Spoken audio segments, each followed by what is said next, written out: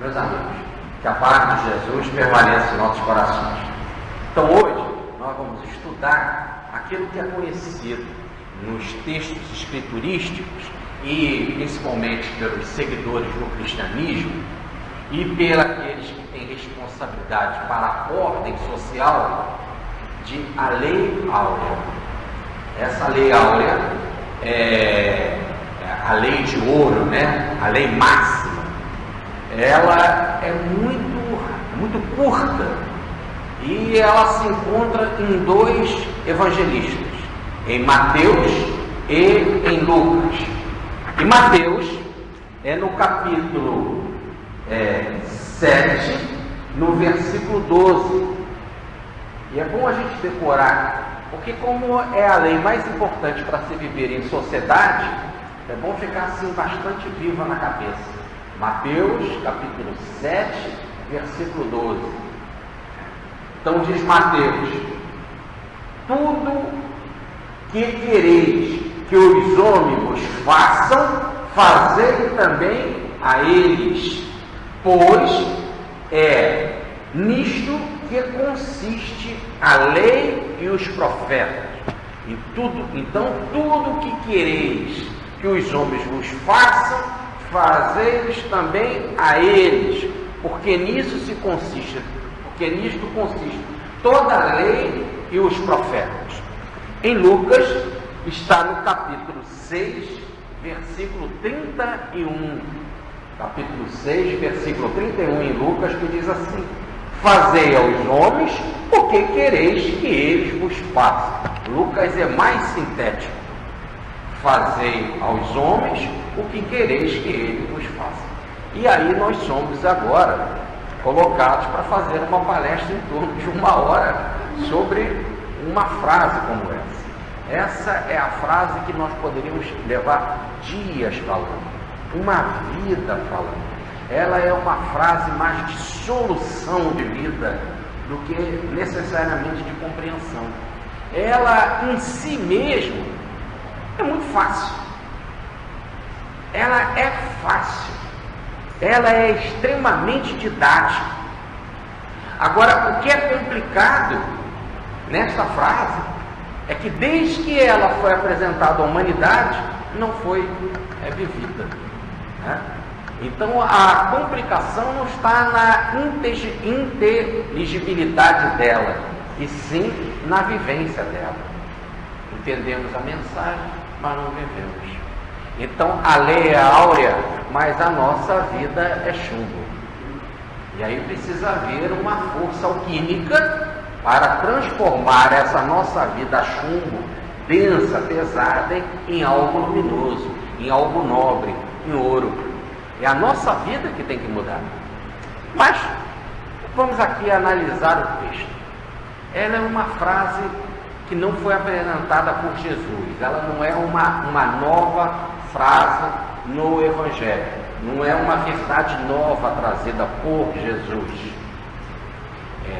Muitos grandes pensadores antes do Mestre já falavam esta frase. Filo de Alexandria, o grande pensador judeu. No livro de Tobias, no Antigo Testamento, nós encontramos essa frase. Nós encontramos em Aristóteles. Nós encontramos em Confúcio, na China. E aí, nós estamos em 500 anos antes de Cristo, mais ou menos, 450. Nós encontramos essa frase em Hilel, que foi um grande pensador do judaísmo no século I. Então, repare que outros grandes homens da humanidade apresentaram a lei áurea. Então vocês poderiam dizer, então qual é a importância do destaque dela no Evangelho? Se Jesus não fosse genial, nós poderíamos dizer que é uma informação que outros já deram e que já está, podemos dizer assim, solucionado. Mas Jesus que, se é que a gente pode chamá-lo de genial. Essa coisa é muito... Mas vocês vão me permitir a palavra, né? Aqui não está me vindo outra palavra. Então, a genialidade do mestre é que vai colocá-la numa certa situação e que aí sim vai dar um colorido aí extremamente novo e diferente para a frase. Eu ainda queria trabalhar uma outra coisa com vocês, é que normalmente esses grandes homens que falaram dessa lei áurea, do fazer ao outro aquilo que quereis que o outro vos faça, apresentaram esta lei, mas não nesse sentido negativo, ou positivo, fazer ao outro aquilo que quereis que os homens vos façam. E ela está no sentido positivo, para fazer aquilo que a gente quer, receber, então faça-se. Normalmente eles apresentavam a frase no sentido negativo. Então nós já estamos aí diante de uma novidade com Jesus. O que era no sentido negativo? O que você não quer para você, não faça para o outro. Tá certo? Então é como se estivesse dizendo, não faça para o outro aquilo que você não gosta que façam com você. Jesus, já apresentando um lado positivo, manda fazer para o outro aquilo que você gosta de fazer. Então já tem aí uma grande novidade. Fazer coisa boa para o outro, daquela coisa boa que você gosta de receber. Quando normalmente eles falavam ao contrário. Vamos pegar aqui alguns casos da história dessa frase, vamos alicerçá-la no pensamento histórico. Então vamos lá. Primeiro, vamos ficar com Hilel, que é um grande pensador do judaísmo. Dizem até os estudiosos do espiritismo, do pensamento de Hilel e de Paulo, que até um é reencarnação de outro. Mas guardemos por enquanto essa informação de que Hilel é um dos maiores pensadores do judaísmo. Diz ele: o que te for odioso, não faça ao próximo. Essa é a Torá inteira, e tudo mais é interpretação. Repare que a frase está no sentido negativo. Tudo que te é odioso, negativo, não faça ao outro. Isso está de forma inteira na lei e nos profetas. É igual como Jesus falou, está em Mateus, no versículo 11 que nós lemos, capítulo 7, versículo 11. Tudo que quereis fazer ao outro, tudo que quereis que fazer a si mesmo, fazer ao outro. Isso resume toda a lei e os profetas. Ele usa essa mesma expressão. Então isso era uma frase que corria ali no judaísmo na época de Jesus. Na escola mais popular do judaísmo, que era a escola de Eli. Agora, olhem só que está de forma negativa, em termos de ódio. Se você não quer receber ódio, não faça o ódio para o outro. E ele diz que isso resume toda a lei dos profetas. Vamos logo interpretar a palavra lei para não ter dúvida. A palavra lei aí não só em Eli, como em Jesus é a palavra Torá. O que é a Torá? A Torá é o pensamento de Moisés, é o Pentateuco mosaico. A obra de Moisés, são os 5 livros de Moisés: Gênesis, Êxodo, Número, Levítico e Deuteronômio. Esses livros de Moisés formavam a Torá, que eles chamavam da lei, ou a Torá, ou a lei. Por quê? Porque nesse livro, principalmente no livro do Êxodo e no livro do Deuteronômio, há a apresentação da lei, da lei de Deus, que a gente costuma chamar dos mandamentos de Deus, e que foram desenvolvidos, porque como eram 10 mandamentos, o homem foi perguntando, mas então como é que é isso? Não pode matar. Pode matar um animal? Pode matar isso? Pode matar. Então as leis foram desenvolvidas, nós já fizemos palestras sobre isso, e acabaram essas 10 leis sendo transformadas em 613. 248 negativas e 265 positivas. E por isso então que são os livros da lei de Deus, que está desenvolvida em muitas leis. Olha, depois de Moisés, vem os profetas. Aí nós temos muitos profetas: Isaías, Malaquias, Jeremias, Zacarias, Abdias, e vai por aí afora. Tá certo? Então, esses são os profetas do Antigo Testamento. Então, olha o que é que fala Hilel. Que não odiar o outro, como você não gosta de ser odiado, não odiar o outro, porque isso resume toda a lei e os profetas. E no fundo ele está dizendo, se nós fôssemos buscar na sua inteireza, olha como é que ele fala, na sua inteireza, toda a ideia do Antigo Testamento é essa. Se você não quer ser odiado, não odeia ninguém. É essa. Jesus vai falar da mesma forma e vai dizer também o que é a inteireza, o que é todo o resumo do Antigo Testamento, baseado na Torá, que é Moisés, mais os profetas. Diz ele aqui, fazer ao outro aquilo que querer que o outro vos faça. Só que aí Jesus fala no sentido positivo. Tá certo? Mas a ideia é a mesma. Vamos começar a guardar essa informação de Jesus, como também a de Eliú. Esta frase, a lei áurea, não é uma novidade. Ela é um resumo, uma síntese, uma essência do Antigo Testamento, de Moisés e os profetas, juntos. O que se tem de melhor, de mais importante, que se fosse perdido tudo, bastava ficar essa frase. Mas Jesus veio apresentar o quê? O Novo Testamento. Não é assim?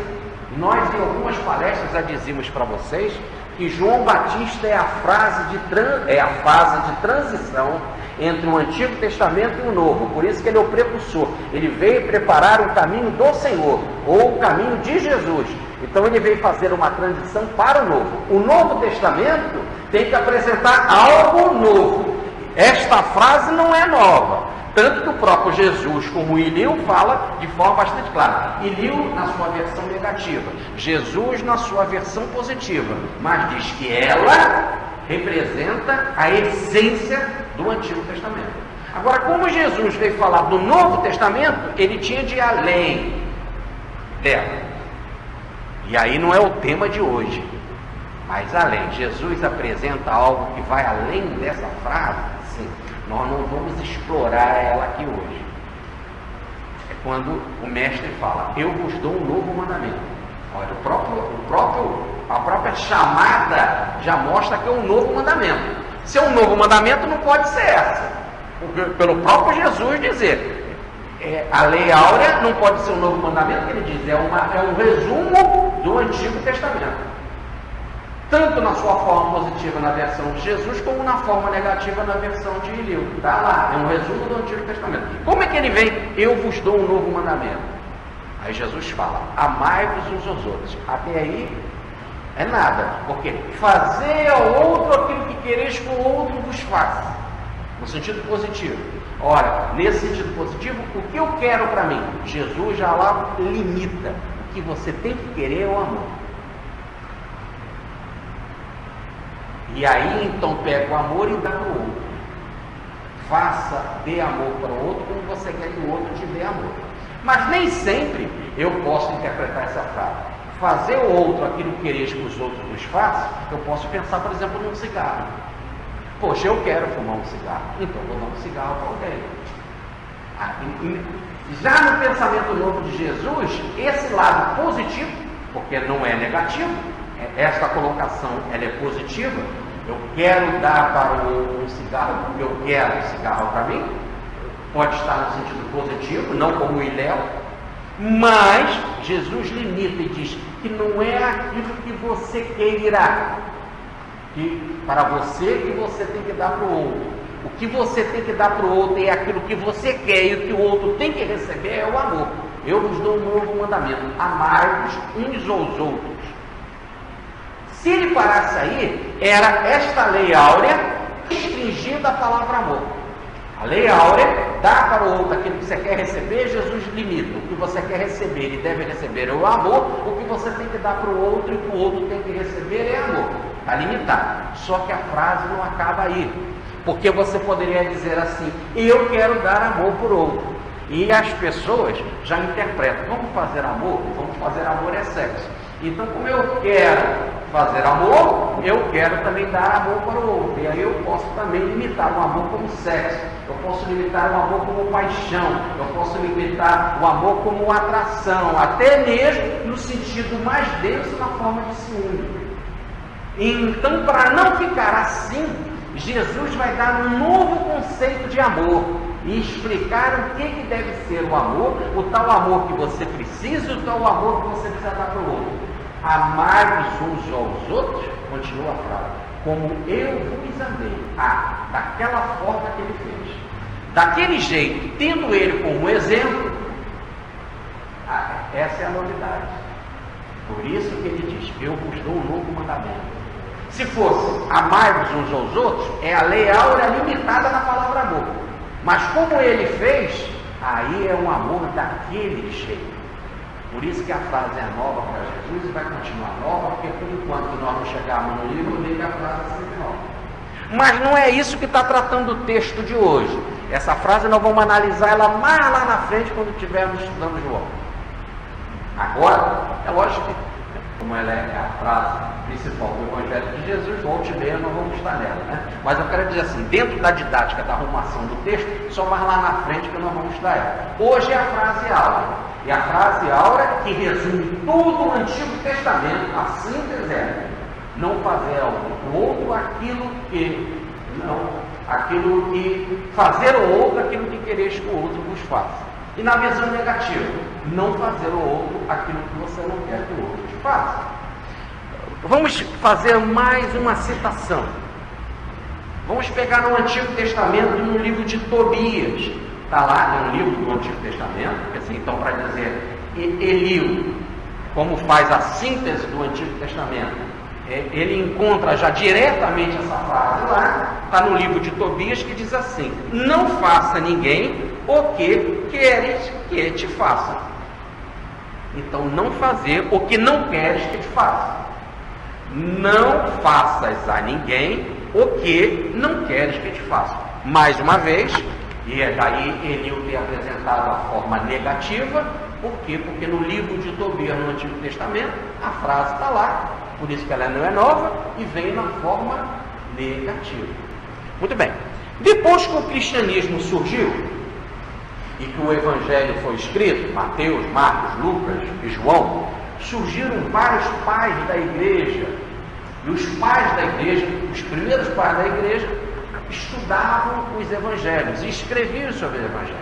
E surgiu um livro, um dos livros mais antigos do cristianismo primitivo, chamado Didática. Esse livro é um dos mais antigos. A sua prova científica, arqueológica, é bem provada. Então não há dúvida da existência desse livro, da antiguidade desse livro. E logo na abertura dele, começa o livro falando sobre a lei áurea, para mostrar que esse era o pensamento corrente no cristianismo nascente. Olha como diz a lei. Diz lá o livro Didático, né? No capítulo 1, nos dois primeiros versículos, versículo 1 e 2. Dizer, existem dois caminhos. Um é o caminho da vida, o outro é o caminho da morte. A diferença entre os dois é muito grande. Existem dois caminhos, o caminho da vida e o caminho da morte. E a diferença entre esses dois caminhos é muito grande. Diz então o livro: o caminho da vida é este. Em primeiro lugar, ame a Deus que criou você. Em segundo lugar, ame o seu próximo como a si mesmo. E não faça ao outro nada daquilo que você não quer que faça a você. Repare que já o livro Didático, como é um livro cristão, ele apresenta duas formas, a positiva e a negativa. E ele diz que nas duas nós temos o caminho da vida. Você quer andar no caminho para ter vida, para ter uma vida plena, uma vida saudável, diz ele. Então, que ame o seu próximo como a si mesmo. Amar o próximo como a si mesmo é forma positiva, não faça, né? É forma positiva. E ele já limita o que você deve fazer, é o amor. Mas esse amor está comparado com você. Ama como a si mesmo. Se é para amar como a si mesmo, vai no meu nível de amor. Diferente daquele que disse Jesus: amai uns aos outros como eu vos amei. Agora é o amor na forma dele. O livro didático para os cristãos primitivos não pedia tanto. Pedia amor sim, mas no nosso nível, mas de forma positiva. Mas logo em seguida ele vai apresentar a versão na forma negativa, como se estivesse dizendo: no cristianismo primitivo nós tínhamos as criaturas de níveis os mais variados e precisavam entender as coisas num lugar comum para que não houvesse dúvida. Aliás, o próprio livro que tem didático ou professor, quer dizer, é algo que precisava explicar bem certinho, numa pedagogia bem fácil para ser acessível a todos. E vem então a segunda frase, que é de forma negativa: não faça, não faça ao outro nada daquilo que você não quer que faça a você. Muito bem. Com isso, nós damos por encerrado aqui o nosso debate histórico sobre a frase. Agora nós temos que ir para Jesus e pensar assim: se não tinha nada de novo, se isso é o que resume a lei dos profetas, se isso é a síntese do Antigo Testamento, se Confúcio falou na China, se Aristóteles falou na Grécia, se Filo falou em Alexandria, no Egito, ele, o grande pensador judeu, se Elieu falou entre os judeus, a maior e a principal e a mais querida escola do judaísmo, então, por que Jesus veio apresentar a mesma coisa? Se ele já teve um precursor antes, que fez a ponte, que foi João Batista, entre o Antigo Testamento e o Novo Testamento. Ele não poderia deixar essa frase solta, simplesmente soltou a frase, e se nós mudarmos os capítulos, nós vamos ver, na semana passada, que é o caminho de Mateus, nós falamos de quem pede pão não deve receber pedra, quem pede ovo não deve receber escorpião, quem pede peixe não deve receber serpente, porque aquele que pede, recebe, aquele que busca, acha, aquele que bate, a porta se abre. Esse é o tema, e o tema termina precisamente no versículo 11, e logo no versículo 12 está a frase da lei áurea: não faça ao outro aquilo que não quereis que os outros façam. Ou faça ao outro, aliás, no sentido positivo, faça ao outro aquilo que quereis que o outro te faça. Por que essa frase no meio desse discurso? Vamos para Mateus, para Lucas. Aí Lucas vem com a frase: faça ao outro aquilo que quereis que os outros vos façam. Mateus capítulo 6, versículo 31. Quando eu vou para a sequência, que é o versículo 32, que vai do 32 até do 32 até o 36, essa sequência já é estranha, porque ele fala assim, olha que coisa diferente, versículo, isso mesmo, do versículo 32 ao versículo 36, onde Jesus fala do amai aos vossos inimigos. Então parece que a frase está solta aí no texto, e a gente tem que botar a cabeça para pensar direitinho e pensar o que está por trás dessa arrumação dos versículos. Temos que ir bem devagarzinho. Antes de entrar nessa frase, vamos para uma forma didática de ensinar esse texto. Certa vez um gentio um não judeu, resolveu chegar para um professor do judaísmo chamado Shammai, uma outra grande escola do judaísmo, e que era da mesma época de Eliú, e que concorria com ele. Chegou para esse grande mestre Shammai, para esse grande sacerdote, e disse assim: eu sou um gentio, você pode me dar um resumo do Antigo Testamento? Eu quero um resumo do que se tem de melhor. Ora, ele como gentio já sabe o que se tem de melhor no mundo. Se for para a escola grega, já está lá em Aristóteles: não faça ao outro aquilo que não quereis que o outro vos faça. Se for para a escola asiática, já está lá na China, em Confúcio: não faça ao outro aquilo que não quereis que os outros vos façam. Ele é um gentio. Ele era da onde? Da Grécia, da China, da onde que ele era? Essas ideias já corriam pelo mundo. E agora ele vem, ele chega para o grande mestre Shammai e diz assim: eu quero uma resposta que você rapidamente me sintetize o Antigo Testamento. E para que seja bem rápido, é por enquanto que eu estou num pé só em equilíbrio. Quer dizer, tem que ser uma frase curta, que o tempo que eu aguento de ficar em equilíbrio, nada de demora.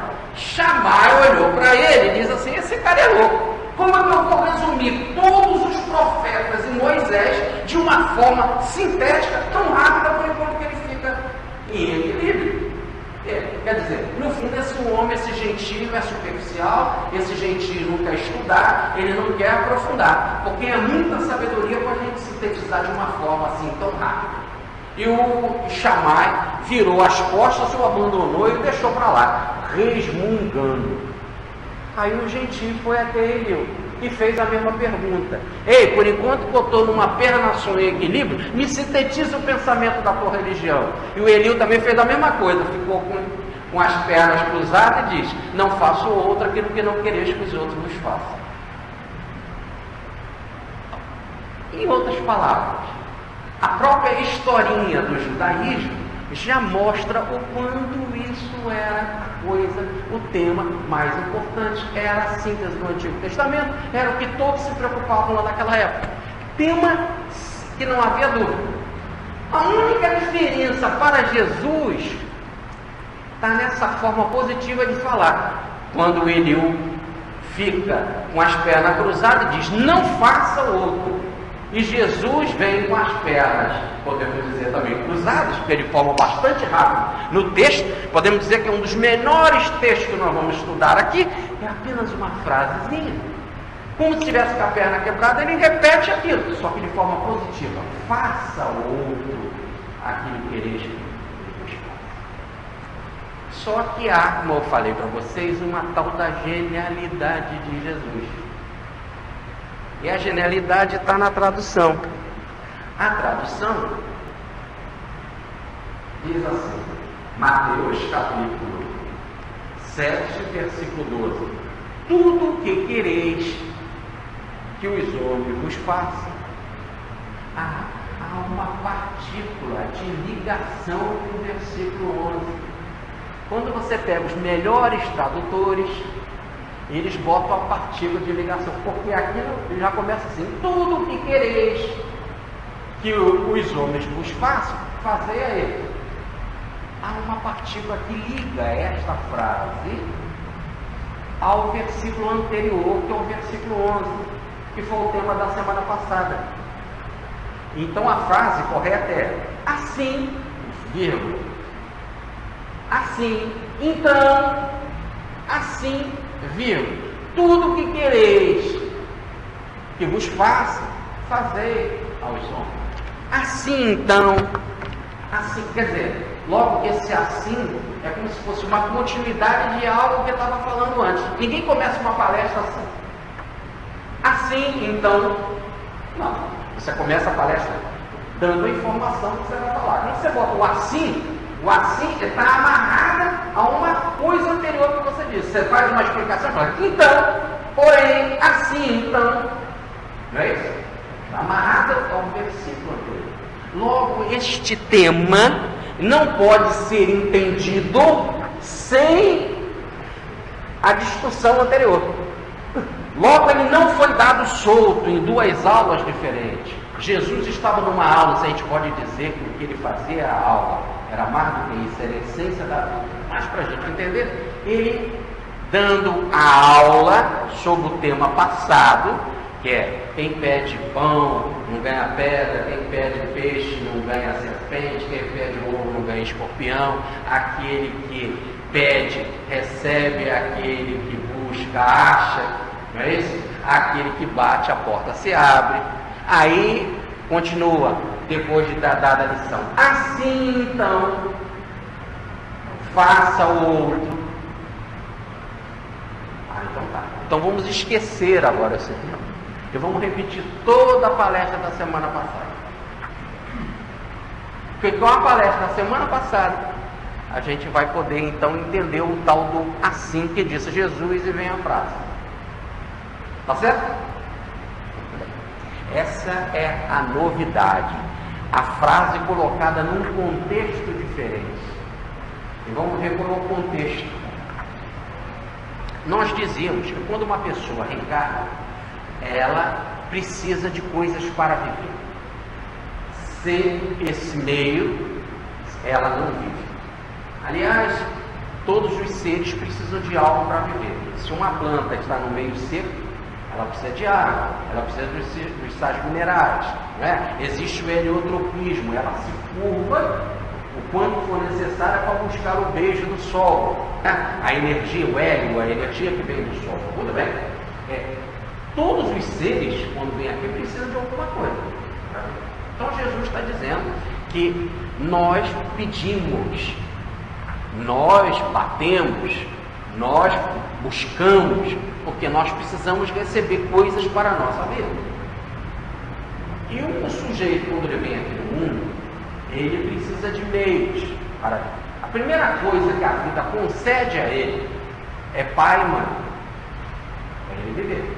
E dá para ele um meio de comunicação para ele conseguir as coisas. O primeiro meio de comunicação que o ser, quando vem ao mundo, tem para poder pedir é o choro. Ele chora, aí a mãe vem e faz algo por ele, né? Ele troca a fraldinha. Ou então ele chora, dá o peitinho, ou ele chora, dá carinho, ou ele chora, bota para rotar. O choro é a comunicação.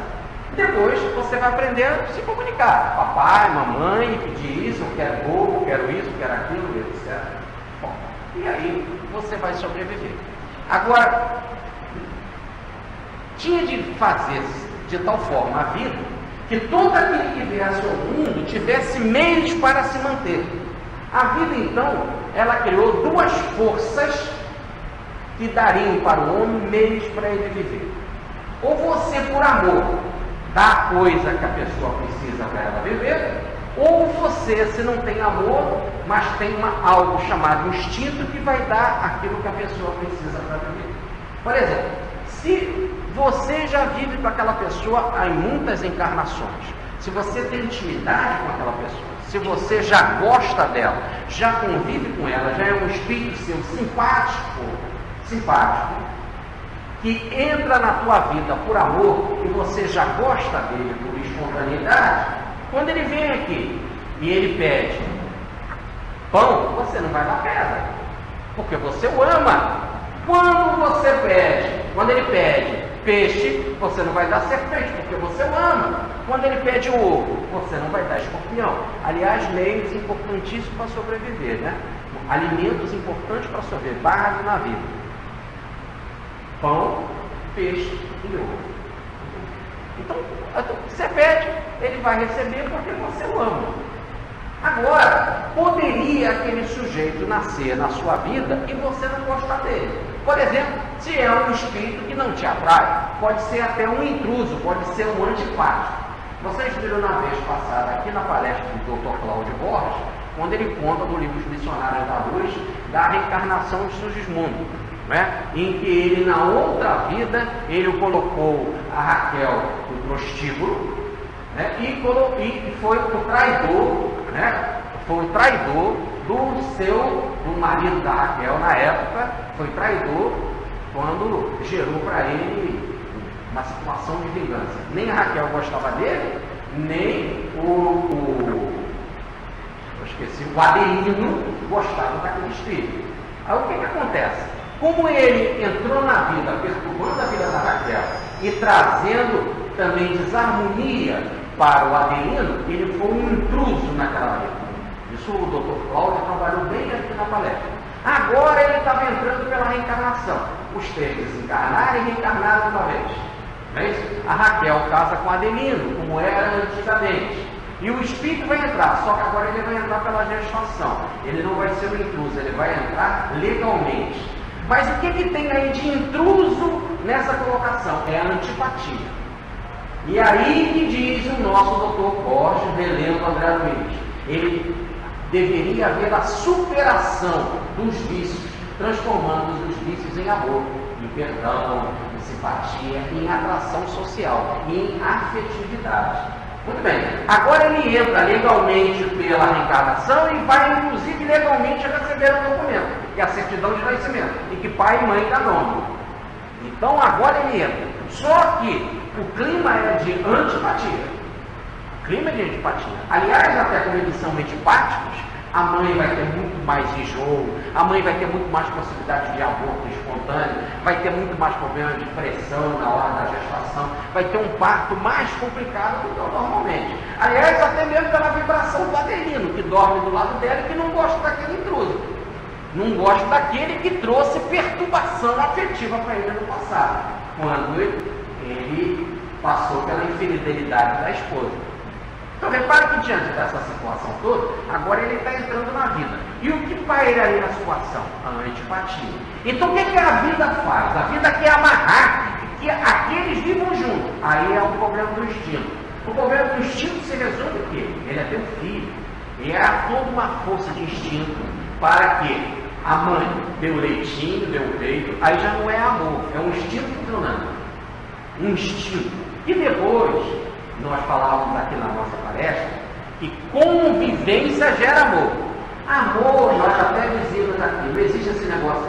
Eu vi uma pessoa, tive amor pela primeira vez. Amor à primeira vez. Amor à primeira vez é conversa com a coisa do mundo. Você, quando ama alguém pela primeira vez, logo supetão assim, é que você já amava no passado. Já há uma ligação no passado. Quando você encontra pela primeira vez, ou tem pouco contato, o que vai transformar esse pouco contato em amor é o convívio. Amor, prestem atenção, é convívio. E até o instinto da Raquel, dar o peitinho, dar o leitinho para o neném, ela não gostando dele, tendo antipatia por ele, né? O que isso vai fazer? Tanto ela dar o leitinho, pode depois gerar um amor lá na frente. Ótimo. O convívio vai gerar um amor. Quando as sensibilidades vão mudar, de vingança para amor, de antipatia para a afetividade. Há uma outra coisa que tem que levar em consideração. Também é um instinto paterno. E vai fazer Adelino pegar o trem, acordar de madrugada, procurar um emprego, mesmo doente, indo trabalhar, mesmo com as moedinhas contadas do salário curto, indo trazer comida para casa. O neném vai exigir, vocês sabem quanto fralda é cara, quanto leitinho, que às vezes ele precisa tomar, e aquelas vitaminas, não sei o que, aquelas coisas é caro, plano de saúde é caro. E o nosso Adelino vai se virar para trazer as coisas para o menino. Depois, com o convívio, pode se transformar aquele ódio do passado em amor, é convívio. Mas a vida já amarra o instinto.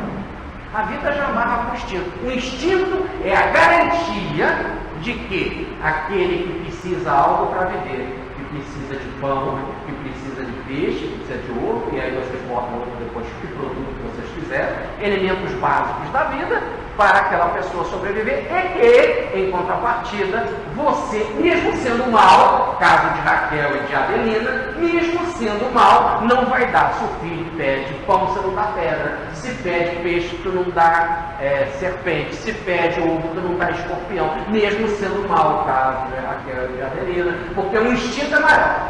Mas pode ser que o espírito seja tão embrutecido que, independente dessa força do instinto, ele não queira fazer. E aí aquela força maior de abandonar o filho, como a gente vê, que a mãe joga ele, agora teve uma, botou os dois para fora de casa, que ela não quis. Então, repare, pode até haver loucuras como essa. São casos menores no planeta? São casos tão menores que quando acontece a gente fica estarrecido. E todo mundo é contra. Ficamos arrepiados e fala assim, isso não é mãe, diz as pessoas. Olha só, porque a mãe tem que dar essa proteção. É matemático, é da lei. Isso não é um pai, porque é matemático, é da lei, da proteção que ele precisa para viver. Agora, então, quando você tem uma mãe maluca, um pai assim, em que essa coisa do ódio seja superior ao instinto e repudia a criança e maltrata a criança, a vida inteligente vai fazer funcionar a lei de justiça. A lei de justiça vai entrar com o juiz de direito, logo o juiz de menor. E o juiz menor vai criar leis, e nós já temos várias leis que vão criar o Estatuto da Criança, a proteção da criança, e aí vários nomes, que aqui não é o objetivo da palestra, e vai dar a tal garantia de que se os pais não têm condição, se os pais não cumprem a lei, por exemplo, mandando o filho para a escola, os pais serão presos. Pai que não paga a pensão alimentícia, é a única coisa que se é preso aqui no Brasil, não paga a pensão para pagar cadeia. Então, já existe toda uma lei por trás que dá a certeza de que aquele que precisar de pão, precisa de peixe, precisa de ovo, vai ter para viver. A garantia da sustentabilidade. Então nós temos 3 formas agindo. A melhor de todas, quando já se ama no passado e é tão bom dar as coisas para aquele que nos pede. Ou por instinto. Ou quando não funciona o instinto, porque o espírito é muito rebelde. Funciona o aparato judicial. E aí vem a frase de Jesus, porque é matemático, é da lei. Todo aquele que pede, recebe. Todo aquele que busca, acha. Todo aquele que bate, a porta se abre. E nós dizíamos que esse é grau de aprofundamento, de movimento energético que se faz. Porque eu posso muito bem pedir e ficar aqui, eu posso ir buscar, fazer a coisa acontecer, e posso bater, insistir e entrar e conviver com a coisa. Por exemplo, tem muita pessoa que chega para a gente e fala assim: você vai lá no centro espírita, bota lá o meu nome na oração. Tudo bem, esse é o que está pedindo. E a gente chega aqui, bota o nome na oração, a oração acontece, aqueles espíritos que estão no caderno anotados vão receber vibrações espirituais, e de alguma forma a pessoa vai receber. Ela também pode fazer um movimento. Ela pode vir aqui no centro assistir uma palestra e tomar um passe. Ela buscou, achou. E ela vindo aqui, assistindo uma palestra, tomando um passe, ela já vai ter mais benefício ainda. Mas ela também pode bater e vir habitar aqui. Ou melhor, comprar a ideia desse ambiente de bênção. E já não ser mais uma frequentadora do regeneração, mas a ser o próprio regeneração. Participar dos trabalhos, das atividades, se incorporar ao serviço da casa e de tal forma entrar no regeneração, que o regeneração entra nela. E aonde que ela vai, ela leva a regeneração consigo. Aí é o espírita que se transformou pela moral que a doutrina fala. Evidentemente que aqui o nosso exemplo foi a regeneração espiritismo, mas pode ser a igreja católica, protestante, uma sociedade teosófica, pode ser um ambiente também de uma sociedade médica, uma sociedade científica, pode ser alguma coisa em benefício de algo, pode ser até um partido político, porque a política tem também as suas coisas positivas. Então isso é nível de cada um, por isso que eu falei, nível de busca, o bater, o pedir, o buscar e o bater. Pedir, buscar e bater. Níveis de aprofundamento. E a resposta, ou melhor, a conclusão, o recebimento, aquilo que você vai, a oferta, vai ser proporcional ao seu esforço, ao movimento que você fez. Quanto maior for esse movimento, maior será a resposta, ou melhor, a satisfação no resultado. Muito bem. Agora, há um quarto fator. Eu falei de 3. Primeiro, se a pessoa já te ama no passado. Segundo, um instinto. Terceiro, se o instinto não funciona, funciona a lei. Há uma quarta coisa desta matematicidade do pedido. Tudo aquilo que você pede, recebe. Tudo aquilo que você busca, acha. Tudo aquilo que você bate, a porta se abre. Que é a colocação divina. É Deus neste papel de doação.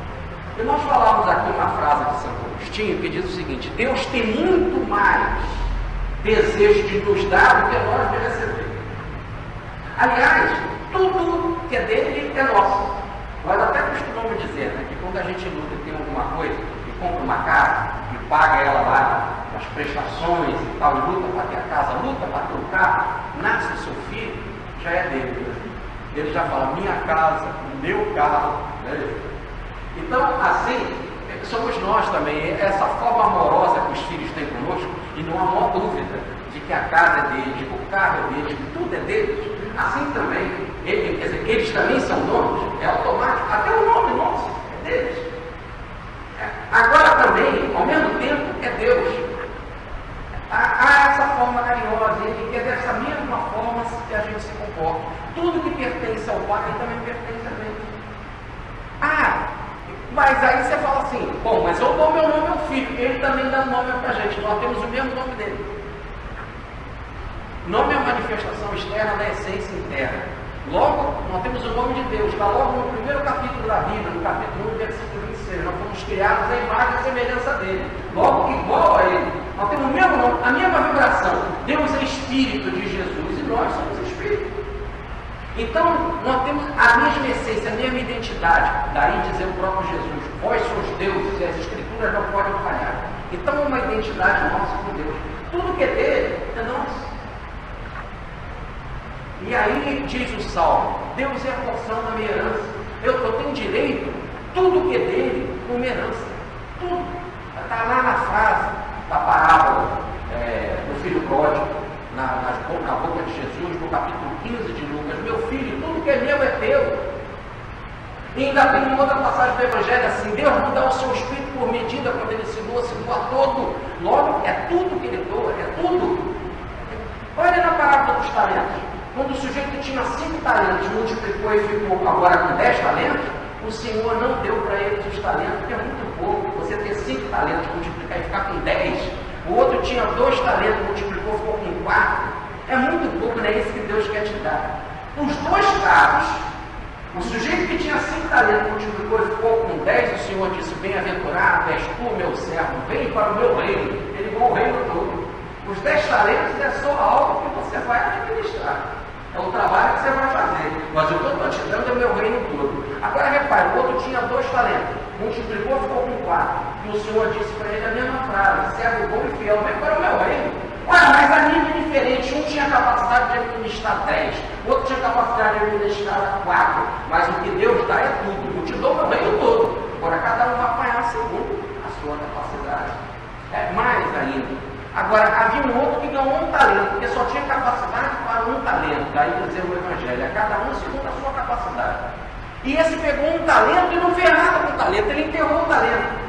Ele não produziu nada.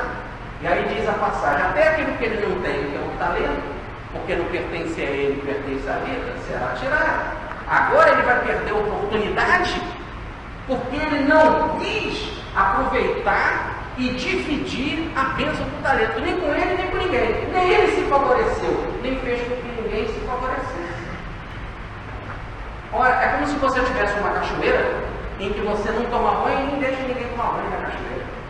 Então você vai perder a oportunidade daquela bênção que pertence à natureza, que pertence a todos, e que você apenas podia administrar para que todos ali viessem, não estragassem o ambiente, não jogasse papel, nem garrafas, não é isso? Mas que todos pudessem aproveitar, administrar uma coisa. Agora, nem você aproveitar, nem deixar o outro aproveitar. Os desequilíbrios aí das ondas ecológicas. Ninguém tem direito a aproveitar nada. Então, voltando, não é isso? Aí, quando você usa mal os recursos divinos, é que vem a terapia para te ensinar a usar os recursos. E a terapia, às vezes, está em te tomar a coisa, ou te negar a coisa. Então, por exemplo, uma criança pede, papai, como nós dizíamos na vez passada, papai, eu quero atravessar a Presidente Vargas. O pai nem responde, segura a mão dela e não vai, e acabou. Porque ela não tem capacidade para atravessar a Avenida Presidente Vargas. Uma outra criança quer botar o dedo na tomada. A gente fala, ai, ai, ai, tira ela de lá e pronto. Acabou. E ela não vai botar o dedo na tomada. Você está fazendo maldade, mas ela não está pedindo. Por que você não dá? Ela não está buscando, por que você não vai dar? Não, mas é porque aquilo vai fazer mal para ela. Então não é que seja um não, é um mal. Por isso que Jesus vai limitando os nossos pedidos, porque a gente, com o espírito atrasado, a gente pede coisas ruins e damos coisas ruins para os outros. Aí ele limita em amor. Depois ele vai ampliar mais. Olha, amor, para você entender bem, que as pessoas também mancham o amor e usam o amor de forma mesquinha, como eu fiz. Entendeu? Porque a gente pede coisa ruim. Nem sempre aquilo que a gente pede é o melhor. E mais ainda, você pode dizer assim, eu pedi e não recebi. Então você pediu, mas não estava na hora. É que nem uma aluna que fala assim, um menino que está no ginásio, ainda está no primário, e diz assim, com a professora de matemática: eu quero aprender trigonometria. Não pode. Você primeiro vai ter que aprender a equação do primeiro grau, depois vai ter que aprender a equação do segundo grau para chegar lá. Há um caminho. Não adianta eu querer te dar agora se você não está preparado, você não sabe nem a tabuada. Como é que eu vou te ensinar a equação do segundo grau? Vamos devagar. Como que você vai aprender a equação do segundo grau se você não sabe nem do primeiro grau?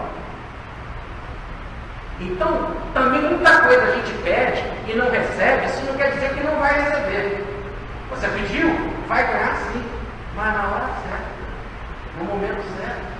Então você gosta daquela mulher e pede para ficar com ela. Quero casar com aquela mulher, quero ficar com aquela mulher, quero ficar junto com aquela mulher. E aí? É um direito, é um amor. E aí, quando você, jovem, não falou na palestra, você não falou na palestra, que é uma matemática nessa resposta, que não ajuda todo que pede, recebe, todo aquele que busca, acha, todo aquele que bate, acha. Como você vai querer ficar com ela? Primeiro, se você ficar com ela, vai ficar por amor. Segundo, será que ela não vai perturbar a sua vida? Porque ela hoje é um mal para você? Terceiro, será que você não perturbou essa relação no passado e que agora você está proibido de entrar porque está em resgate? E o afastamento é a melhor coisa. E aí quando você der provas de amor, você amanhã vai viver com ela, e essa amanhã pode ser daqui a 1, 2, 3, 4 vezes. Essa matemática tem que ser levada em conta. Porque diz o Evangelho, neste mesmo que estamos estudando, que nós somos maus. E os seres do bem amam os outros. Os seres do mal não amam. E dão as coisas para o outro viver por instinto. E quando o instinto não funciona, entra a justiça. Não é assim? Muito bem. Nós somos maus, mas a gente pode ser bom. Então a vida também está querendo te preparar. Porque quando você for bom, aí sim. Quando o sujeito for bom, aí não tem limite. Porque tudo que ele vai pedir não vai ser nada que venha prejudicar ninguém, nem a ele, nem a ninguém. A grande jogada para que o pedir seja automático, receber na hora, o buscar seja automático, achar na hora, o bater seja automático, a porta se abrir na hora, está na transformação espiritual. Todo aquele que é bom, verdadeiramente bom, não falta nada para ele. Bom, acabou. Meu filho, tudo que é meu é teu. Não falta nada. E não há mistério nisso. Os apóstolos disseram: Senhor, dispensa a multidão, porque eles estão com fome. E Jesus falou: por que vocês não dão para eles de comer? Mas, Senhor, nós só temos 5 pãezinhos e 2 peixes, né? Nossa! Não dá para eles tirar da gente para dar para esses caras, e além do mais, o que a gente tem é tão pouco. E para nós até já é complicado. E na luta que dá para essa turma toda, eram 5 mil homens fora as mulheres e as crianças. Jesus, então me dá um peixe aqui. 5 mil homens comeram fora as mulheres e as crianças, para sobrar 12 cestos. Mas que mistério? Que é isso que ele tem? Que ele tem? Que automaticamente ele consegue multiplicar. Aí a gente fala: multiplicar uma quantidade de pães e peixes para 5 mil homens fora as mulheres e as crianças, para sobrou. Isso é nada para quem faz o planeta. Porque se nós vamos pensar em 5 mil peixes naquele momento ali, ou mais até 15 mil peixes para a mulher, a criança, todo mundo comer, o que é isso diante do que tem no mar e nos rios? Então, para quem fez o planeta, não é nada. Aquela quantidade de pão não é nada. Então, a coisa do planeta é como se estivesse dizendo assim: existe um banco de dinheiro onde a pessoa tem um crédito ilimitado se você for na conta conjunta com Deus. Por enquanto você não tiver capacidade para assinar a conta conjunta com Ele, você não entra no banco. Porque você não vai entrar naquela conta porque você quer a conta para você. Para que ninguém tenha acesso. Porque ninguém aceita ser rico. Eu quero ser rico sozinho. Porque o dia que todo mundo ganhar na cena, você pode ter a certeza que vai ter ladrão. para querer roubar a cena do outro. Concorda ou não? Se todo mundo tiver casa de campo, se todo mundo tiver iate, se todo mundo tiver o melhor plano de saúde, não vai ter lá não. Se não faltar para ninguém. Então, o problema não é o homem hoje, né? Que eu vou pagar os pobres. Isso aí é fato. Tá certo? O problema é o homem que ele nunca quer ter menos que o outro, ele quer ter mais. E não é só querer ter mais do que o outro para ser mais poderoso. No fundo, é tomar tudo do outro para ele ter mais e mais e mais e sempre mais. Essa é a psicologia desenfreada. Daí diz Jesus: sois mal. Então, o mal que funciona é o instinto. Se o instinto não funciona, vem a lei. A lei bota ele na cadeia, a lei toma os bens dele, a lei obriga ele a pagar a pensão, dar para os filhos, ou então toma a guarda dele, e dá e bota para uma outra irmã tomar conta, bota no asilo para tomar conta, a lei bota ele. Então existe essa matematicidade. Agora, quando nós vamos ter acesso à conta ilimitada e ter assim como Jesus, curava quem ele achava que tinha de curar, eram 10 depósitos de uma vez só, curou os 10, 9 ninguém era agradecer, e você acha que ele foi atrás dos 9? Calma, você vai agradecer. Até aliás, quando ele curava, ele dizia: vai no tempo e diz o que Deus te fez, não fala nem do meu nome. Porque, aliás, ele mesmo dizia: as obras que eu faço não sei o que as faço, é o Pai que está em mim, mas as obras. Não queria levar vantagem de nada. Então, é o tipo da pessoa que, se tiver uma conta de vida, ele só vai querer beneficiar os outros. Agora, como você tivesse uma...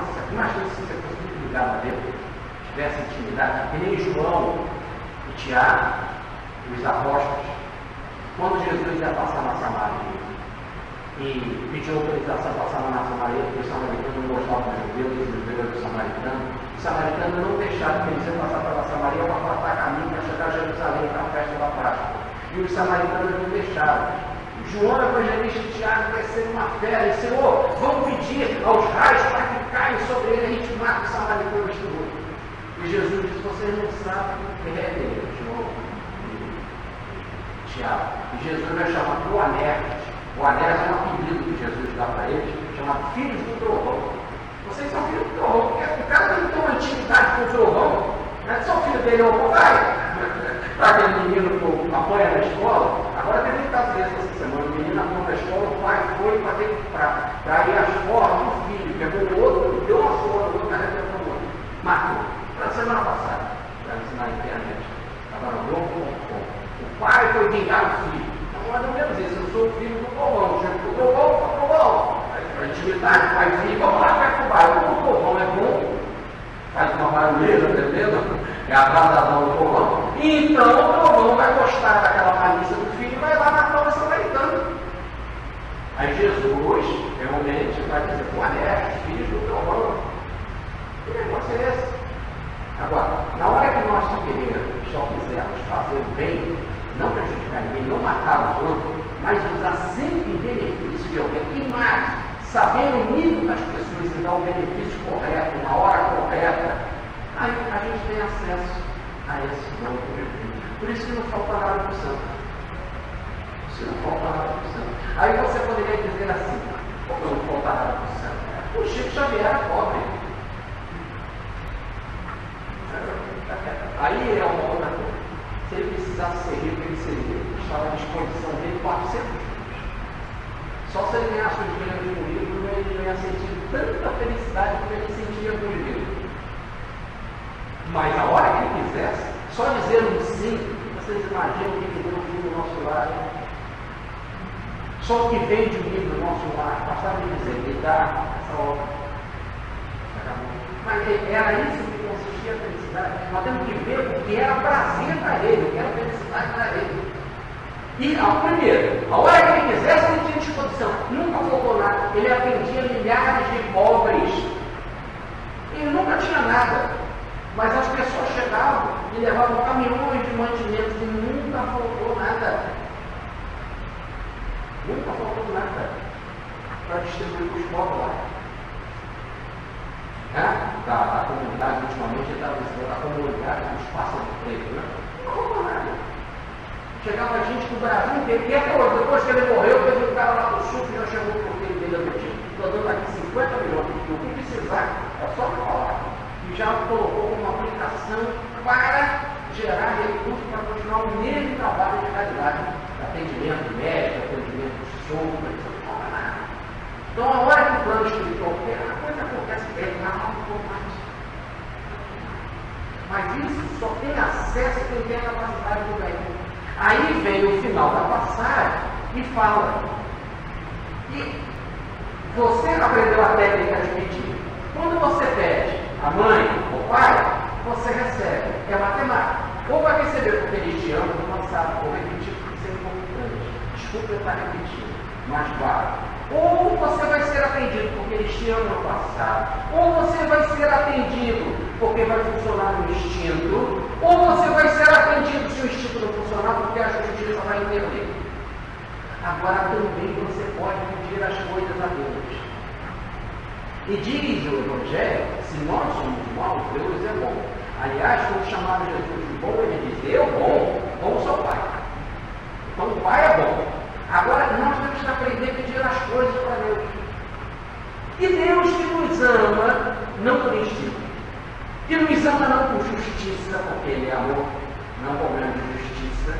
E a justiça diz, paga tanto a pessoa. Né? Se você tem uma ação trabalhista, um pagou ao seu empregado direito, a justiça entra e diz, paga tanto a essa pessoa. E você tem que pagar e ele paga por amor. É a justiça funcionando. É a justiça que obriga. Deus não age por justiça. Deus não age por instinto. E Deus não age por amor limitado. Daquele, eu amo essa pessoa porque eu já vivo com ela por amor há muitas encarnações. Ele vive conosco eternamente. Sempre estando nele, sempre nos movendo nele. Aliás, como diz Paulo de Tarso, nós estamos nele e nos movemos nele. Foi um discurso que Paulo permeou por tempo. Então, se há essa extensão do amor divino, imagina quando a gente pedir a Deus o que Ele tem para nos dar. E o que Ele tem para nos dar? Tudo. Tudo. Ele está à disposição para nos dar. O quê? Tudo. Tudo que for preciso para a gente. Aliás, já começa por aí, Ele nos dá lá. Que a gente agradecidamente, desde que começou a palestra, estamos respirando, nem pensava que estava respirando, eu precisei falar para a gente pensar nisso. E já, antes do final da palestra, a gente já esqueceu de estar respirando. Raramente a gente agradece por essa coisa básica, a gente costuma dizer, respira com vida, se não respira, está morto. Automaticamente Ele nos doa tudo. Aliás, diz o texto, Ele nos dá muito mais que a felicidade na vida. Agora, olha só, se nós aprendemos a pedir a Deus, Ele vai nos dar também. E se existe essa matemática perfeita aqui na Terra de sobrevivência, que há nessas três instâncias, ou daqueles que nos honram no passado, ou aquele que é o instinto, ou a justiça funcionando, você consegue viver, Deus também, tudo aquilo que nós pedimos a Ele, por amor imenso que Ele tem por nós, um amor ilimitado, Ele nos ama tanto quanto a Jesus, Ele nos ama tanto quanto a nós. Não há distinção, porque como mãe não distingue o filho criminoso ou filho amoroso, mãe que ama a todos na mesma extensão. Deus não faz distinção, frase de Jesus, Ele faz o seu sol ser derramado por justos e injustos, faz a chuva cair sobre maus e bons. Deus não faz distinção, Ele nos ama por inteiro com um amor louco. Aliás, nós nos movemos nele, existimos nele, recebemos a vida dele, somos dele. Eu e o Pai somos isso também, só que nós não percebemos.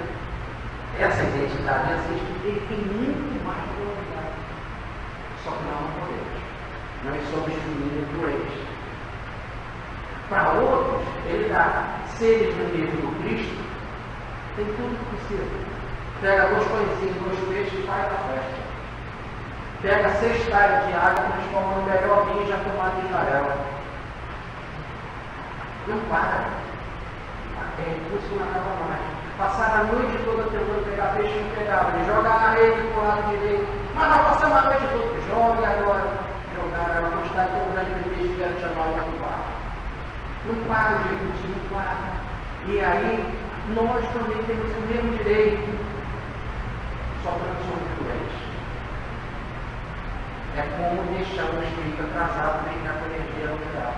Ele não vai querer fazer a ressonância magnética. Então, quer dizer, eu me digo aqui, a ressonância magnética é o negócio de energia nuclear? Se não for, eu vejo isso. Mas assim, mas olha só, o cara não vai querer fazer uma radioterapia, não vai inventar depois de uma quimioterapia, vai querer fazer uma bomba biológica, vai querer fazer uma bomba atômica. Aí se ele vai aprender a mexer com hidrogênio, ele vai querer fazer a bomba de hidrogênio. O estopim para estourar ela é bomba atômica. O homem vai querer fazer novidade. Então não adianta você ter recurso para ele. Aliás, a gente adora falar isso. O dia que eu ganho na loteria, eu vou fazer tanto bem, começa agora, já treinando. Eu já começo treinando e fazer o que eu tenho.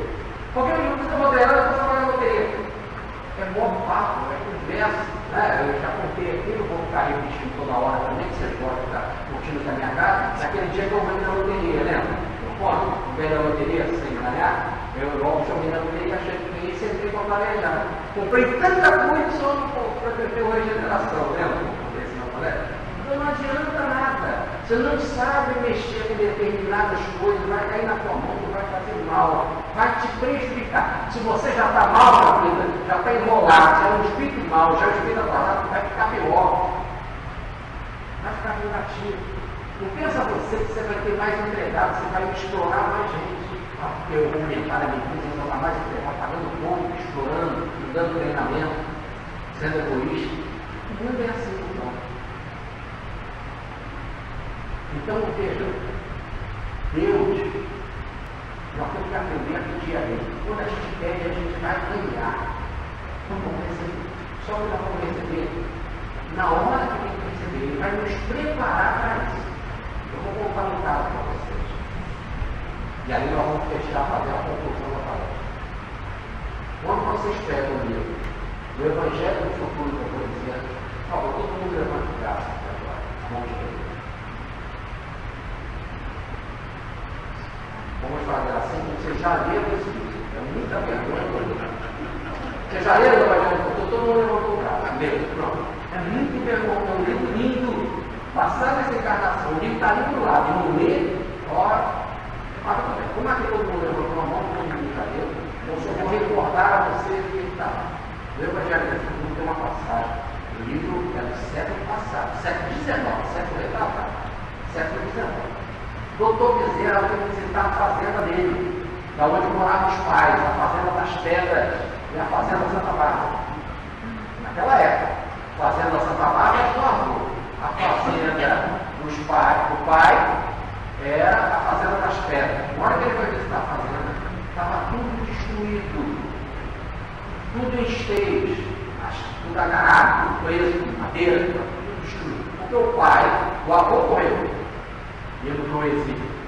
E o pai, quando foi para o Rio Grande do Norte, para fugir por causa de perseguição política, que estavam perseguindo os Menezes, e ele era da família Menezes, que morreu mataram o vice-governador, que se chamava Menezes, então resolveram perseguir essa família. Então o pai fugiu para o Rio Grande do Norte.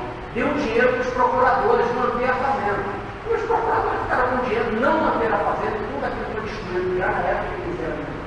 Ele diz assim, como é triste. Aqui era o tempo da caridade, agora está tudo destruído.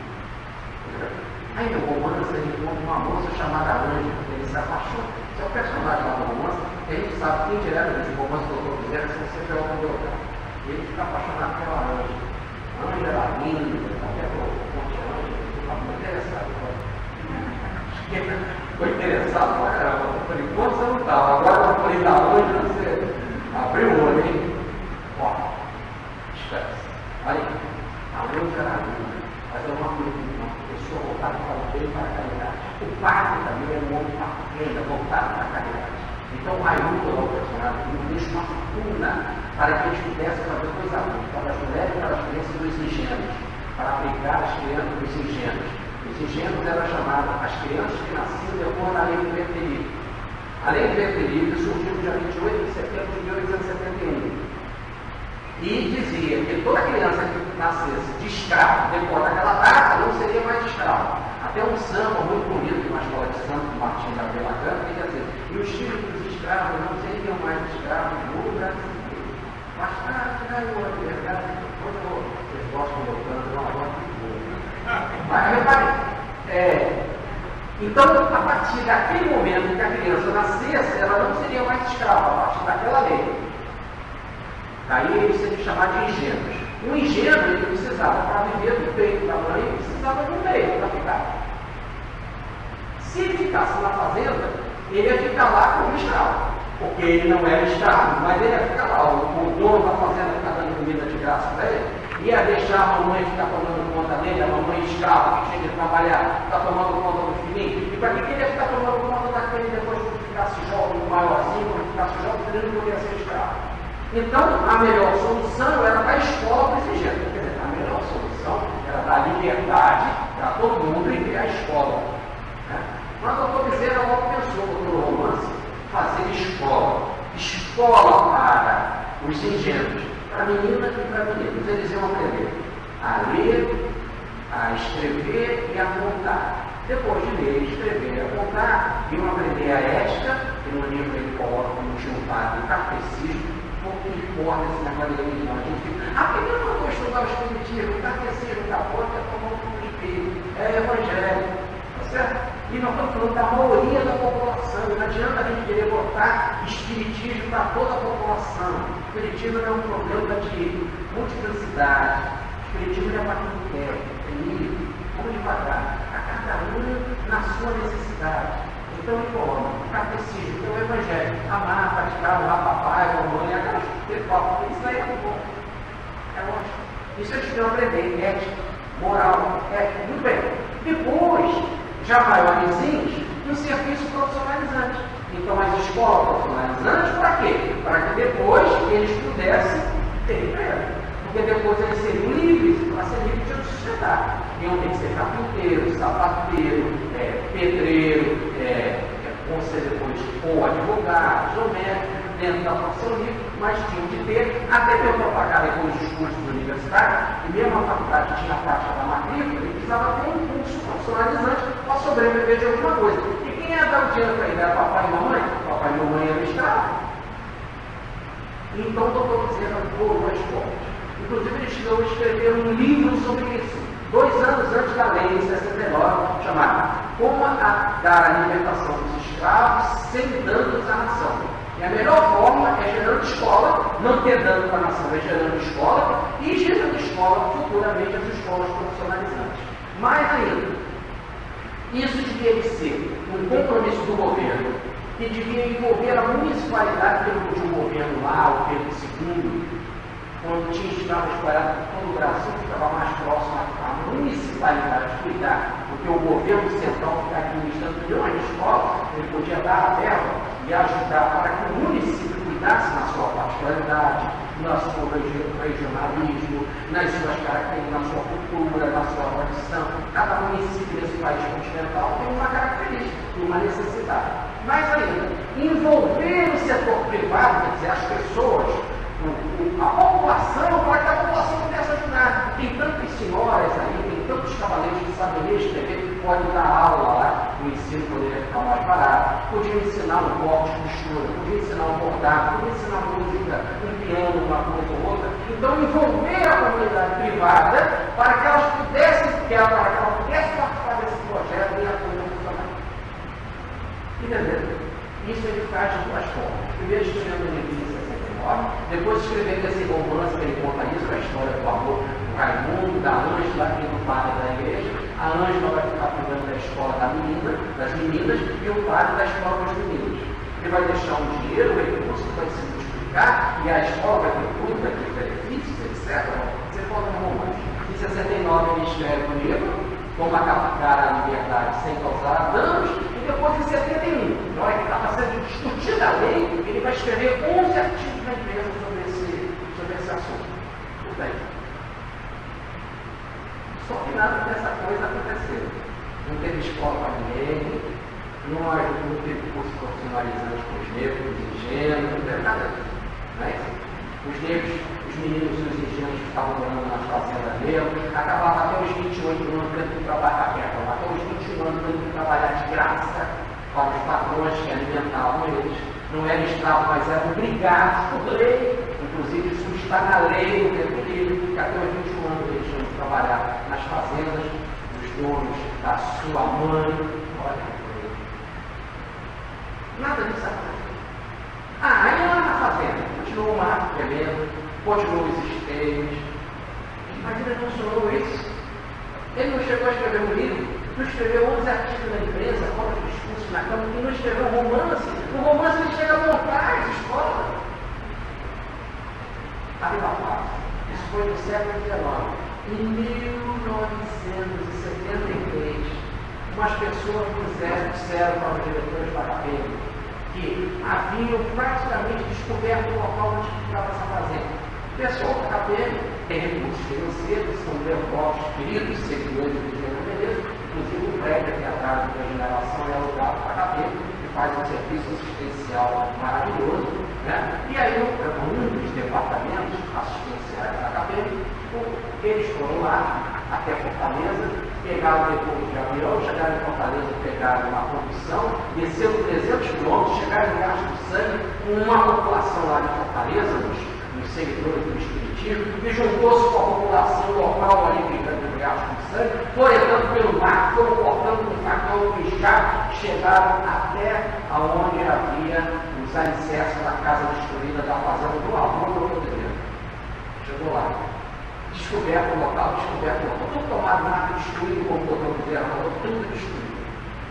Aí começa. A primeira coisa, eles fizeram um mapa. Dizendo lá, aqui nesse local nasceu o Bezerra de Menezes. Depois fizeram uma maternidade, entendeu? Maternidade de Bezerra de Menezes. Depois fizeram um centro espírita com a aula de evangelização. Depois fizeram uma escola chamada Fabiana de Cristo. Fizeram também um curso profissionalizante. Ali há 200 famílias assentadas e eles vão aprender a lidar com rede, com cortados, com esteiras e vão fazer uma escola de artesanato que vão aprender uma profissão para ter um dinheirinho a mais na vida. Hoje ali tem o viveiro de animais, se aprende ecologia, se aprende também evangelho, tem sempre espírito, se aprende a ler, a escrever, a contar, que tem trabalho profissional. Aconteceu em 73. Doutor Bezerra falou isso no final do século XIX, então, 80 anos depois, o senhor me deu. Fechado? Então você pede, não acontece hoje. O país estava novo para essas ideias de fazer escola, assistência social, cuidar dos necessitados, estava longe. 80 anos depois não está mais. Então quem disse que aquilo que você fez você não recebe? Você pede, você vai receber na hora certa, no momento certo, quando estiver preparado. Então, quem o Senhor quer te dar antes? Aí eu falei que agora eu já ia me preparar para fechar a tarefa.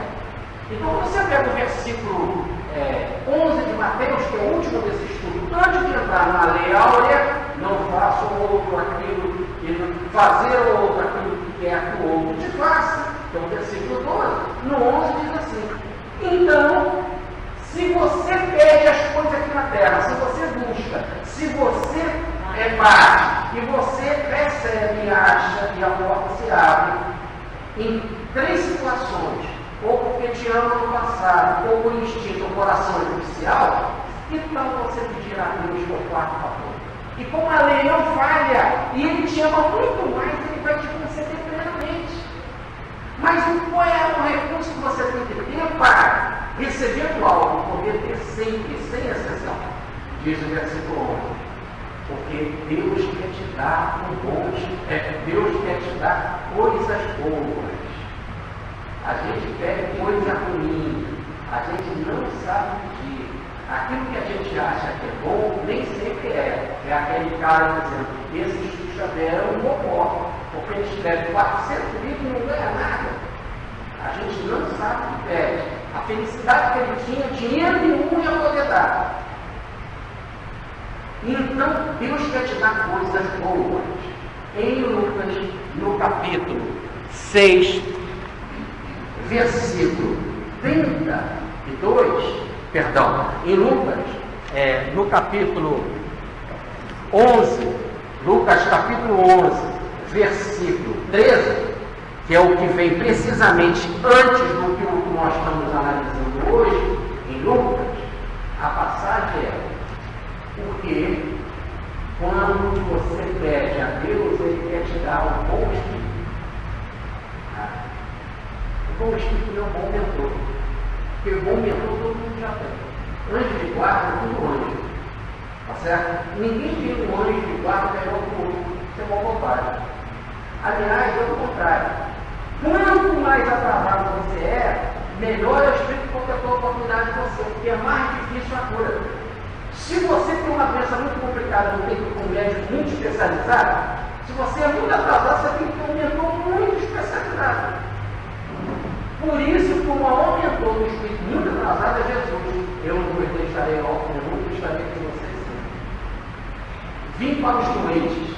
Tu é doente da alma, teu mentor é Jesus. É algo complicado para ser feito. Então, olha o que Ele quer dar para a gente. Deus quer dar boas coisas. A gente vê coisas ruins. Segundo, Ele quer dar para a gente algo que vai ser fundamental para você ter acesso à conta dele. Ele quer te dar um bom espírito. O bom espírito é um mentor bom. Isso todo mundo já tem. Mas Ele quer te dar um bom espírito. Você ser um bom espírito, você se transformar não em mal, como você é, mas em bem. Numa pessoa do bem, um homem do bem. Um homem bom. Um homem bom, e aí como o mal é o outro em termos de doença, o homem bom é o homem saudável. Ele quer te dar saúde espiritual. Quando você tiver plena saúde espiritual, você tem acesso ao Jesus divino, você passa a ter tudo. E a melhor coisa que você tem de Deus é o amor dele, a misericórdia dele, é a perfeição dele. Agora, então, vem o versículo de hoje, amarrar, que termina as duas passagens de Lucas, de Mateus, assim. Por que não pedir? Já que tudo que a gente pede, que a gente busca, que a gente bate, vem com resultado? E de três formas, ou através de quem pisamos, ou através do instinto, ou através da justiça, por que não pede a Deus? Deus te ama tanto, Ele te ama infinitamente, Ele quer te dar. E se Ele quer te dar, Ele vai te dar coisas boas, mais ainda, Ele vai te fazer uma pessoa boa, saudável. Porque você sendo saudável, você vai ter direto o acesso à sua vida, você vai ter tudo o que você precisa. Bom, meu capítulo de hoje, aí começa assim, então, ligando a história. Assim, então, sendo assim, baseado nessa situação, em que Deus quer te dar um bom espírito, em que Deus quer te dar boa coisa, faça aos homens aquilo que você quer que te faça. E se termina a passagem, você pedindo a Deus para ganhar um bom espírito, para ganhar boa coisa, se é isso que você pede a Deus, se é isso que você quer, como diz no final da passagem, se você quer pedir a Deus e Deus vai te dar algo bom, um bom espírito, então faça bom para aquilo que você quer para você. O que você quer para você? Ser uma pessoa saudável, boa. Então dê para o outro isso, bondade, algo saudável, algo também que aquilo que Deus te dá. Seja um intermediário de Deus, para que o outro possa receber aquilo que você pede a Deus, para que ele possa ter direito a isso tudo que Deus te dá. É como se a gente estivesse dizendo assim: hoje vai ter a Mega Sena, vai sair o sorteio. Todos nós compramos bilhetes. É o valor, maior valor de premiação da Mega Sena. E todos nós dissemos assim: Senhor, eu te peço, Senhor, para que todos tenham o mesmo número e todos ganhem juntos, Senhor, para que todos possam ter a felicidade eterna. Como a gente não gosta de fazer isso. Até as coisas que a gente pede a Deus, a gente não quer que o outro graça. E, aliás, a gente até costuma achar que é mais protegido de Deus do que do outro. E a gente é tão metido com relação a isso que nós costumamos, às vezes, a fazer assim na nossa promessa: Senhor, acabe com aquele meu inimigo. Como se o Senhor não fosse o pai dele, não amasse a ele. Como se você tivesse uma intimidade com ele que pudesse até trazer prejuízo para o outro. Quando você faz uma oração: Senhor, me dá tal coisa que eu preciso, raramente a gente pede oração: Senhor, dá para os outros também a mesma coisa. Então, nessa parábola, nessa passagem, Jesus está mostrando assim: se há uma matemática no processo, que todo aquele que pede Aí a prova do mundo, papai e mamãe te dão quando você precisa, ou então a justiça que aprende. Deus também quer te dar. Pede a Ele. Vai ser uma matemática precisa. Ele não vai te negar. E você pedir, você vai receber. Lembra, Ele quer te dar coisas boas, Ele quer te dar um espírito saudável. Aí conclui Jesus. Assim, então, já que você está pedindo isso a Deus, é isso que você quer, pede para o outro também. E faça com o outro aquilo que você quer para você. Agora, podemos dizer, não é simplesmente uma frase igualzinha do Antigo Testamento. Não é simplesmente uma frase que ele repete no Antigo Testamento, nitidamente repetido, na forma negativa e ele voltou para a forma positiva. Não, dentro desse contexto é muito mais. Dentro desse contexto ele está dizendo assim, Deus quer te dar coisas maravilhosas. Então peça para o outro também. Queira para o outro da mesma forma que você quer aquilo maravilhoso que Deus quer te dar. Porque no fundo, tanto você quanto ele, essa frase nos ensina isso. São irmãos que recebem o mesmo amor de Deus.